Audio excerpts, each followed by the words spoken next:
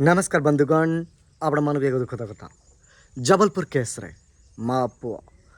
माँ निज पुओ को बचापी 15 घंटा पानी रे रहीकि ता पुओ को जाबुड़ी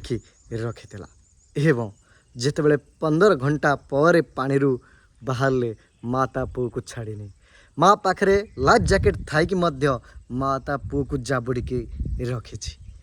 यही मार भल पाइबा जुग जुग पई सदाबेले समस्ते जानिछंती माँ पुअर भल पाइबा ए दुखद घटना जितेबले एते बड़ दुर्घटना हो जाइए जबलपुर रे आपण माने समस्ते निश्चित भाव में जानिछंती ए दुखद घटना से माँ को भगवान जोठी भी से रुहंतु एवं शांति रे रुहंतु एवं तांको आत्मा को शांति मिलू। जय जगन्नाथ, जय श्री राम, राधे राधे। ओम शांति, ओम शांति, ओम शांति।